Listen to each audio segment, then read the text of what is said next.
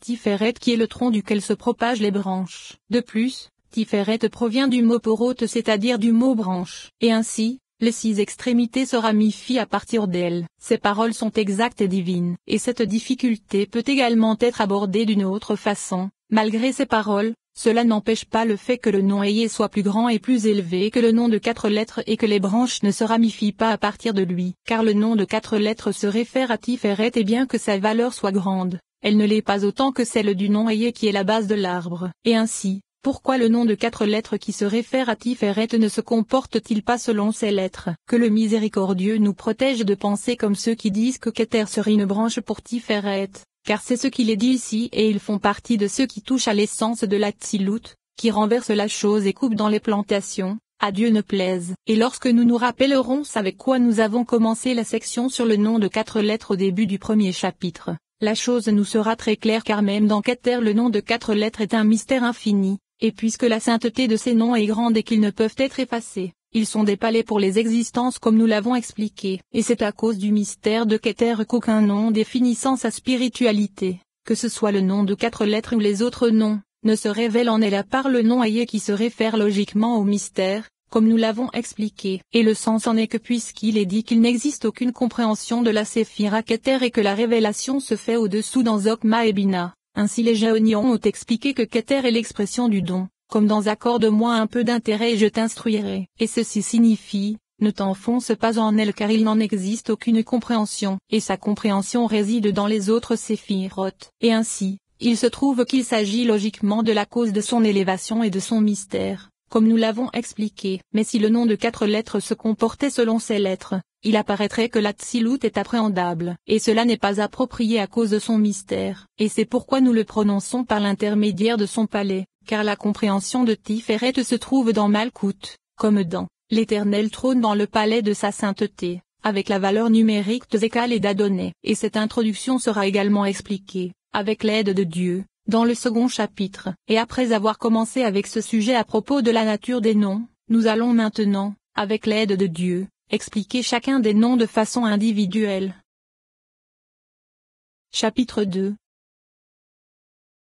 En ce qui concerne le nom Ayé, il se réfère à la séphira Keter, et c'est ce qu'a expliqué Rabbi Moïse dans le Sefer Hachem. Le mot Ayé se réfère au début et à la fin, le Aleph se réfère à son antériorité, et il n'existe pas d'Aleph sans E caché, et Yodé se réfère à la sagesse de Salomon. Il est également dit que, le principe du nom, c'est Aleph et, mais ceci est mystérieux et c'est pourquoi on ne le mentionne dans aucune bénédiction car Moïse ne l'a pas révélé aux anciens. Voici que ces paroles expliquent que le nom Ayé se réfère à je suis premier et je suis dernier, car le Aleph se réfère à la Keter suprême et à son antériorité puisqu'elle est la première de la Tsilut. Le premier et se trouve caché dans le Aleph car le Aleph ne peut être mentionné sans et en vérité Yod se réfère à Malkout car elle est la dernière des séphirotes et c'est l'extrémité de la Tsilut. Et voici que le principe du nom qui se réfère à Keter c'est Aleph et il est caché. De plus, l'auteur du Magid a écrit que ces 4 lettres correspondent aux 4 lettres du nom de 4 lettres puisque le Aleph correspond au Yod. Comment? L'extrémité du Yod du Aleph se réfère à Keter,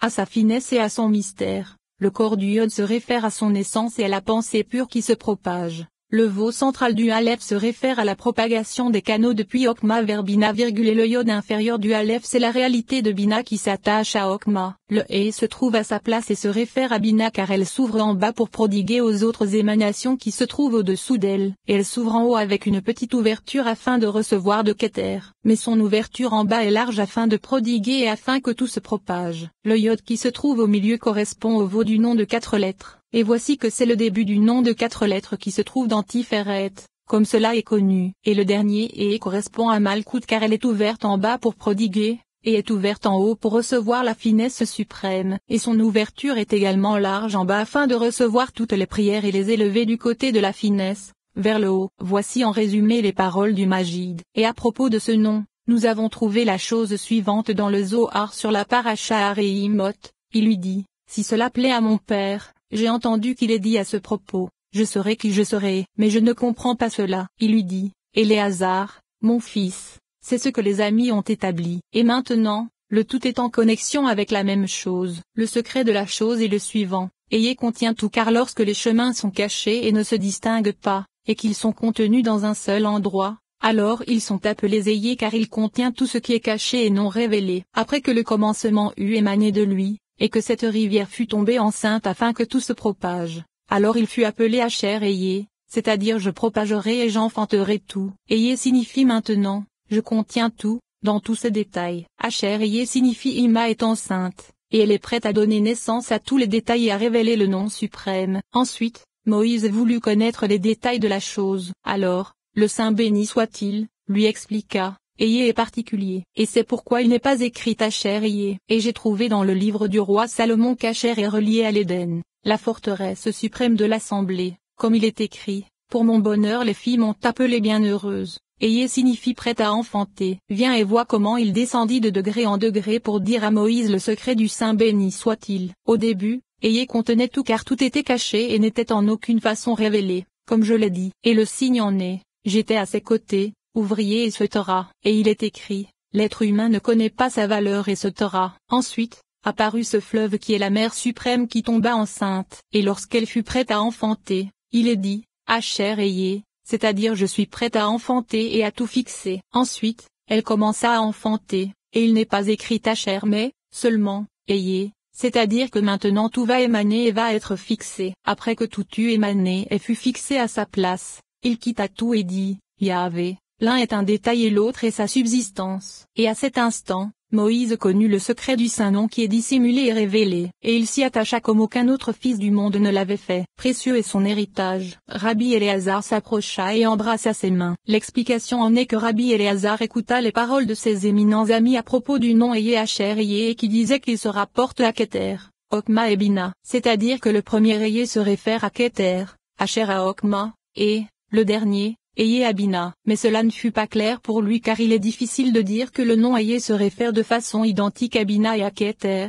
De plus, le mot Asher se rapporterait à Okma, et c'est pourquoi il questionna son père en disant, je ne comprends pas cela. L'explication en est que cela n'était pas clair pour lui. Et son père, le Rashbi, qu'il repose en paix, lui répondit, le tout est en connexion avec la même chose. C'est-à-dire ne t'étonne pas que le nom Ayé s'applique également à Bina car le tout ne forme qu'un seul sujet et une seule voix. Comme cela va être expliqué. Ayé contient tout. Explication. Au commencement de l'Atsilut, avant la propagation des Séphiroth, l'Atsilut était contenu dans Keter, et c'est là, dans la réalité de Keter, que se révélèrent Okma et Bina, c'est-à-dire que c'est le point voyelle qui contient trois tâches, comme cela est expliqué dans le Zohar et comme nous l'avons expliqué dans la section sur l'ordre de l'Atsilut. Et en vérité, nous avons dit que les trois premières étaient révélées. Cela ne signifie pas qu'il s'agit d'une révélation en essence, mais d'une faible révélation. L'explication en est que c'est là qu'elle vinrent à l'existence, dans la réalité mystérieuse. Et voici que puisque Keter est contenu dans cette règle, elle est désignée par le premier Ayé du verset. Et c'est ce qu'il est dit, Ayé contient tout. Explication, c'est la contenance de l'Atsilut avant la propagation dans le mystère des trois premières et avant qu'elle ne se révèle légèrement dans une unité totale. Et c'est ce qu'il est dit, lorsque les chemins sont cachés. C'est la dissimulation d'Ashin Okma dans Keter. Et c'est là que les sentiers sont cachés et appelés chemins, car les chemins sont plus étroits et plus fins que les sentiers. Et lorsqu'ils se trouvent dans Keter, il n'est pas assez qu'ils soient des sentiers, alors ils sont des chemins. Et même lorsque ce sont des chemins, ils sont mystérieux et cachés, et ne se distinguent pas. Nous savons que les sentiers sont appelés merveilles de Okma, et l'un des commentateurs a dit que le mot merveille provient du verset. Si cela est mystérieux car cela traite de la séparation et de la distinction. Et le sens en est que tous les sentiers se divisent en 32 dans Okma. Et c'est pourquoi il est dit que c'est puisqu'Okma est caché dans Keter que les sentiers ne se séparent pas les uns des autres.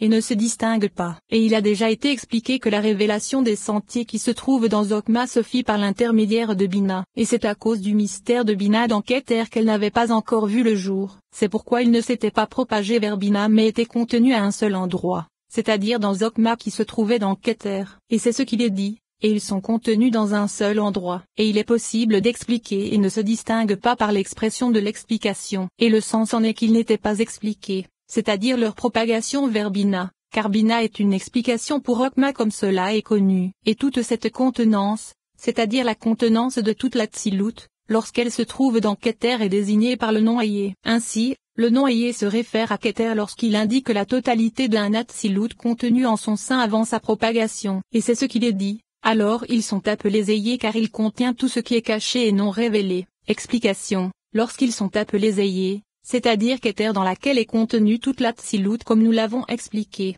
Ils sont tous cachés et non révélés. Caché c'est vis-à-vis de Keter qui est toujours caché, même après l'Atsilut.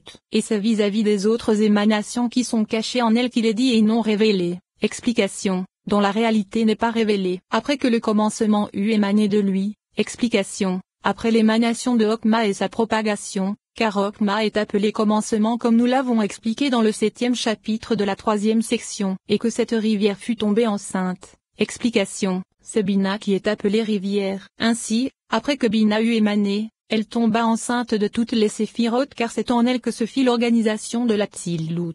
Car Keter fit émaner Okma et en son sein les 8 séphirotes restantes, et Okma fit émaner Bina et en son sein les 7 séphirotes restantes, comme nous l'avons expliqué dans la section sur l'ordre de l'Atsilut. Et les 7 séphirotes qui se trouvaient au sein de Bina sont désignés par sa grossesse. Et maintenant, son émanation et sa grossesse ne font qu'une, et c'est pourquoi il est dit, et que cette rivière fut tombée enceinte afin que tout se propage. Explication, elle se remplit des séphirotes pour les faire émaner et les propager vers leur emplacement. Et Bina est appelée rivière afin d'indiquer la volonté de cette propagation, comme nous l'avons expliqué. Alors il fut appelé Asher apostrophe.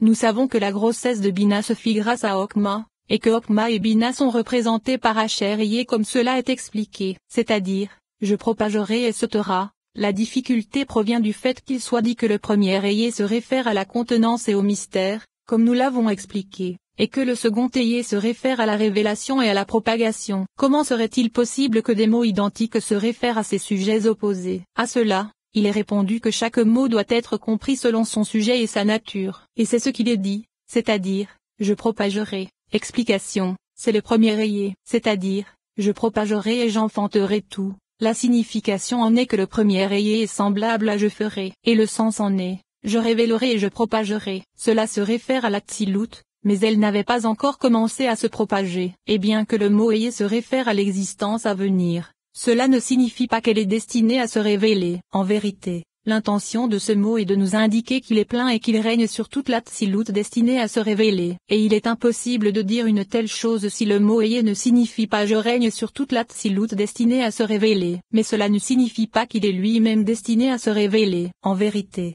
cela signifie, je suis empli de toute l'Atsilut qui est destinée à se révéler. Et c'est le mot ayé. Et c'est pourquoi il reprend avec, ayé signifie, maintenant, je contiens tout, dans tous ses détails. Explication. Je contiens toute l'Atsilut qui correspond en détail aux séphirotes. Et voici pourquoi il est mentionné 2 fois. C'est-à-dire que la première est une explication du mot disant que fille est destinée à se révéler. Et c'est ce qu'il est dit, je propagerai et j'enfanterai tout. Et ceci ne signifie pas qu'il voulut se propager, mais ce mot nous dit que c'est en lui qu'est contenu l'Atsilut destinée à se révéler. Et ce mot ne contient que ce mot. Et c'est ce qu'il est dit, maintenant, je contiens tout, dans tous ses détails. Explication. L'intention n'est que de faire savoir qu'il contient l'Atsilut destiné à se révéler par l'intermédiaire de Bina et non par son intermédiaire. En vérité, Asher c'est la propagation de Okma et Bina afin de faire émaner. Et l'explication d'Ima est enceinte, et elle est prête à donner naissance à tous les détails et à révéler le nom suprême c'est qu'Asher est l'expression de la préparation. Et c'est ainsi que nos maîtres de mémoire bénis l'ont expliqué. Et le sens en est que l'ayé supérieur est prêt pour la révélation. Et c'est ce qu'il est dit,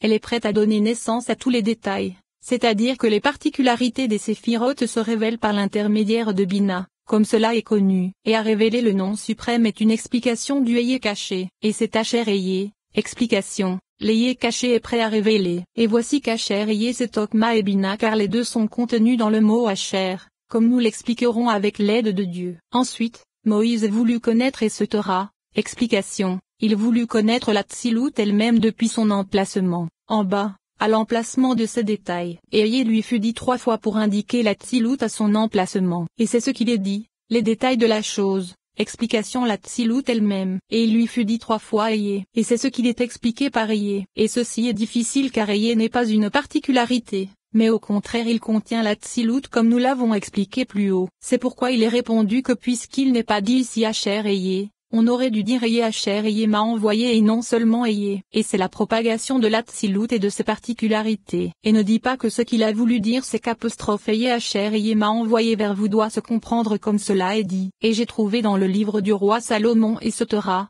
une preuve est apportée pour expliquer Asher ayé, c'est-à-dire Okma et Bina. à partir des explications de Salomon disant que la forteresse c'est l'attachement et l'union.